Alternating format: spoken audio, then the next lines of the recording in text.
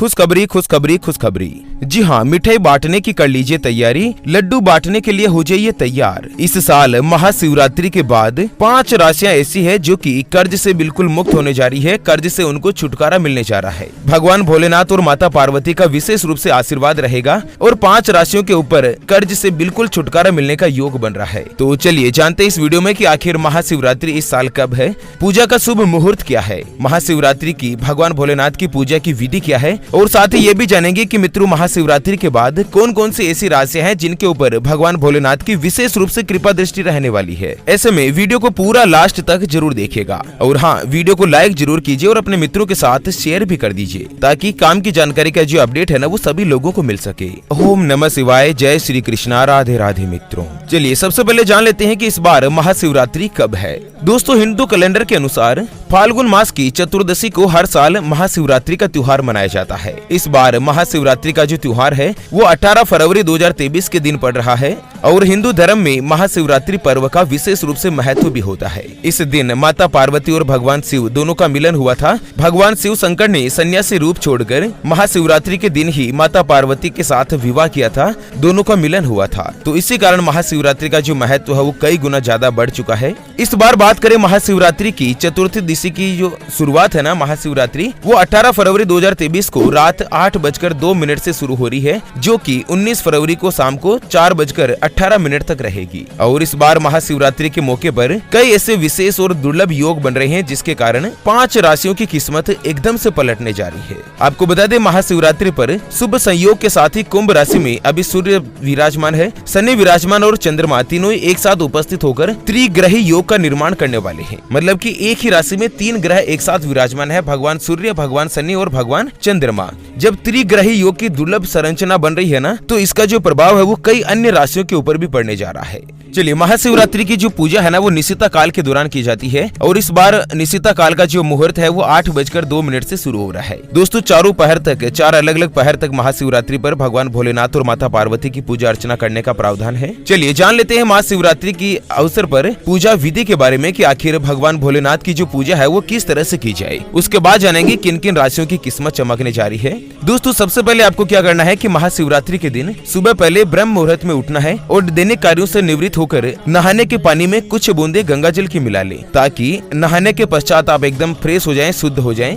और इसके बाद क्या करना है मित्रों, महाशिवरात्रि के दिन नहा धो के तैयार होके भगवान भोलेनाथ की पूजा का संकल्प लेना है और अगर आप व्रत करना चाहते हैं तो व्रत का भी संकल्प लेना है। फिर सूर्योदय के समय भगवान भोलेनाथ को जल अर्पित करना है और उसके बाद आप मित्रों किसी भी शिव मंदिर में जाकर जहाँ कहीं भी आपको पूजा करनी है ना वहाँ पर साफ सफाई कर दीजिए। अगर आप शिव मंदिर में जाकर पूजा नहीं करवाना चाहते हैं, आप चाहते हैं कि घर पर ही पूजा करें तो आप घर पर भी कर सकते हैं। शिव मंदिर पर पूजा करने के दौरान सबसे पहले आपको सुबह सुबह ही सफाई कर देनी है और पूजा करें तब तक आपको खाना नहीं खाना है। या तो आप व्रत रहो, बहुत अच्छी बात है। अगर आप व्रत यानी उपवास नहीं भी रहना चाहते हैं ना तो भी आप पूजा से पहले खाना नहीं खाएं, पूजा के बाद खाना जरूर खा लें। और इसके बाद पूजा करने के लिए जाएं। सबसे पहले तो भगवान भोलेनाथ को चंदन का तिलक लगाएं और उसके बाद जल अर्पित करें। फिर मित्रों आपको गंगा जल, कच्चा दूध, नींबू का रस या गन्ने का रस आप जिस किसी से भी चाहें पूजा अर्चना कर सकते हैं। उसके बाद भगवान भोलेनाथ को प्रसाद के रूप में भांग, धतूरा, आकड़े के फूल, बेलपत्र, चंदन, रोली, अक्षत यह सभी चीजें भोलेनाथ को चढ़ाएं और जो भी आपकी इच्छा है, जो भी मनोकामना है ना उसको पूरा करने के लिए भगवान भोलेनाथ से प्रार्थना करें। और जैसे ही पूजा अर्चना से फ्री होए ना उसके बाद मित्रों आपको कहीं पर भी आसपास जाकर दान देना है अपनी सामर्थ्य के अनुसार। आप किसी गौ माता को हरा चारा खिला सकते हैं या मित्रों आप किसी भी गरीब व्यक्ति को भोजन भी करवा सकते हैं। मित्रों हिंदू सनातन धर्म में गाय यानी कि गौ माता का विशेष रूप से महत्व बताया गया है। चाहे वेद हो, पुराण हो, ज्योतिष शास्त्र हो या फिर भागवत गीता, सभी जगहों पर गौ माता की पूजा करने का विधान है। अक्सर जब भी हम घर से बाहर जाते हैं और देखते हैं ना कि यही गौ माता सड़क पर इधर उधर घूमती रहती है, भटकती रहती है और कई बार किसी वाहन की चपेट में आकर दुर्घटना का शिकार हो जाती है और मारी जाती है। कई बार गौ माता के पेट में भूख बढ़ जाती है और खाने के लिए इनको कुछ नहीं मिलता, तो जो भी इनको सड़क पर नजर आता है जैसे प्लास्टिक थैलियां, जूते, चप्पल, कपड़े, पॉलिथीन, पत्तल धोने, डिस्पोजल, ये उनको खाने लगती है और धीरे धीरे ये सभी इनके पेट में जमा हो जाता है और कुछ ही दिन बाद यही गौ माता बड़ी ही बेरहमी के साथ तड़प तड़प कर मारी जाती है। दोस्तों आपके अपने चैनल ज्योतिषवाणी टीम के द्वारा द्वारा एक संकल्प लिया गया है कि इस बार महाशिवरात्रि के दिन हरे चारे का एक ट्रैक्टर मंगाएंगे और इसको जगह जगह घुमाकर जहाँ कहीं भी गौ माता का झुंड इकट्ठा रहता है ना, वहाँ पर इनको हरा चारा खिलाया जाएगा।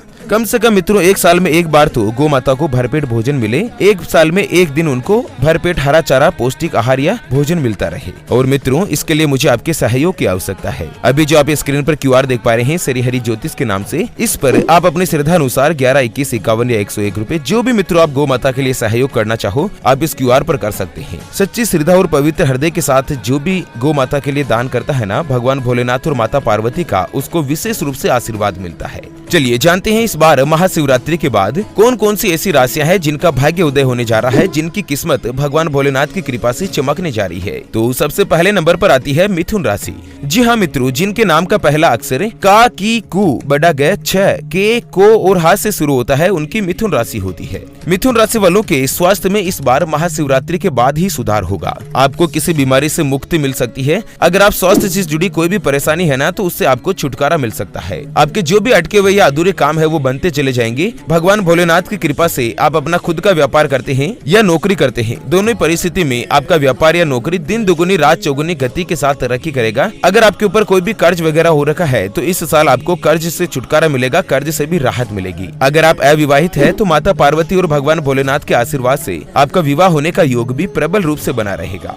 चलिए जानते हैं अगली भाग्यशाली राशि के बारे में। उससे पहले आपको एक महत्वपूर्ण बात बताना चाहूंगा कि जिंदगी में आप कई ऐसे लोगों से मिले होंगे जो बहुत ही ज्यादा मेहनत करते हैं, तो वहीं कुछ लोग ऐसे भी होते हैं जो बहुत कम मेहनत करने के बाद भी बहुत ही आगे तक पहुंच जाते हैं। वहीं मित्रों जिंदगी में आप कुछ ऐसे लोगों से भी मिले होंगे जो पूरी उम्र मेहनत करते ही रहते हैं, लेकिन आखिर वो हासिल नहीं कर पाते जिनके वो हकदार होते हैं। मित्रों यह ग्रहों का खेल नहीं तो और क्या है, और इसी के समाधान के लिए हम आप तक लेकर आए हैं आपके अपने जीवन के बारे में व्यक्तिगत यानी कि पर्सनलाइज्ड कुंडली, जिससे आप घर बैठे ये पता लगा सकेंगे कि आपके नवग्रह आपके बारे में क्या कहना चाहते हैं। क्या आपकी कुंडली यानी कि किस्मत में कोई दोष तो नहीं, कोई ग्रह आपके लिए कमजोर है या मजबूत है, इसके बारे में कंप्लीट जानकारी हम आपको कुंडली रिपोर्ट में बताने जा रहे हैं, जिसको अभी जो आप स्क्रीन पर नंबर देख पा रहे हैं उसके ऊपर व्हाट्सएप पर संपर्क करके आप हमारे ज्योतिष आचार्य गुरुजी से बात कर सकते हैं और अपने भविष्य की कुंडली के बारे में जान सकते हैं। और हाँ मित्रों, कुंडली बनवाना या गुरुजी को कुंडली दिखाना फ्री नहीं होगा, इसके लिए 251 रुपए की दक्षिणा रहेगी जिसका आपको पेमेंट करना होगा। अगर आपकी कोई भी समस्या है जिसका आप समाधान चाहते हैं,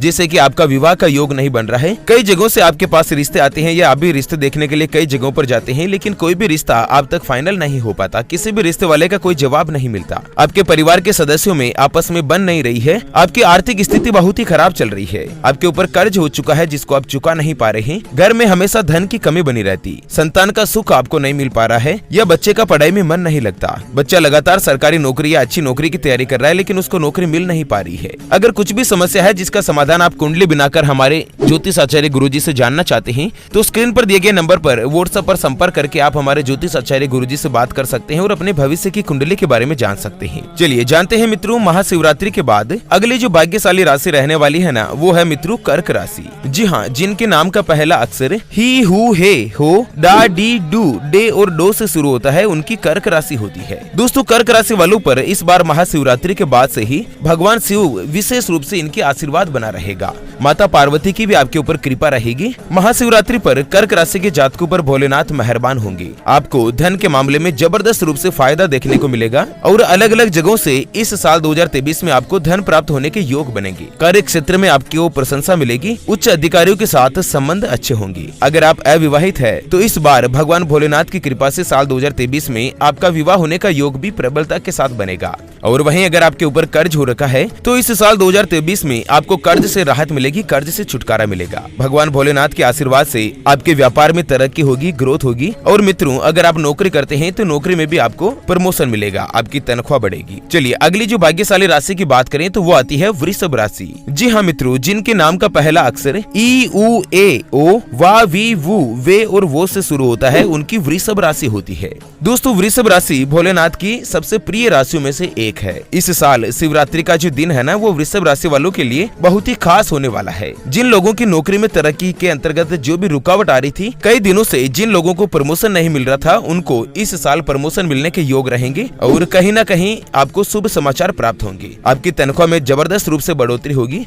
घर में कोई भी नया वाहन खरीदने का योग भी बन रहा है।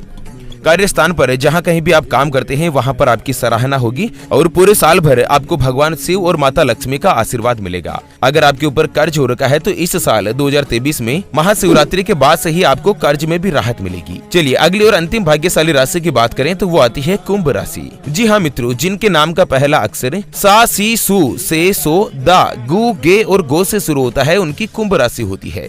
दोस्तों आप सभी को पता ही होगा कि कुंभ राशि में अभी भगवान शनि और भगवान सूर्य एक साथ विराजमान है। उसके अलावा भगवान चंद्रदेव भी कुंभ राशि में ही विराजमान हो चुके हैं। तीनों ग्रहों का योग जिस तरह से कुंभ राशि में बन रहा है ना, उसके आधार पर इस बार महाशिवरात्रि के बाद कुंभ राशि वालों के जीवन में जबरदस्त रूप से तरक्की और फायदा देखने को मिलेगा। भगवान भोलेनाथ के आशीर्वाद से आपको जो भी कार्यों में रुकावट आ रही थी वो धीरे धीरे दूर होगी और भगवान शनि की 7.5 का जो बुरा प्रभाव है वो भी आपके ऊपर धीरे धीरे से कम होगा। माता लक्ष्मी का पूरी तरीके से आशीर्वाद रहेगा। अगर आपके ऊपर कर्ज हो रखा है तो इस साल कर्ज से छुटकारा मिलेगा, कर्ज से भी राहत मिलेगी। पूरे साल भर आपको भगवान शिव और माता पार्वती का आशीर्वाद मिलेगा। अगर कुंभ राशि वाले कोई भी अविवाहित है तो भगवान भोलेनाथ के आशीर्वाद से इस साल अक्टूबर, नवंबर, दिसंबर तक लगभग आपका शादी होने का जो योग है वो प्रबलता के साथ बनेगा। चलिए इसी के साथ मित्रों इस वीडियो को यहीं पर देते हैं विराम। फिर से होंगे हाजिर एक और नई और काम की जानकारी के साथ। तब तक के लिए ओम नमः शिवाय, जय माँ पार्वती, जय श्री शनैश्चर।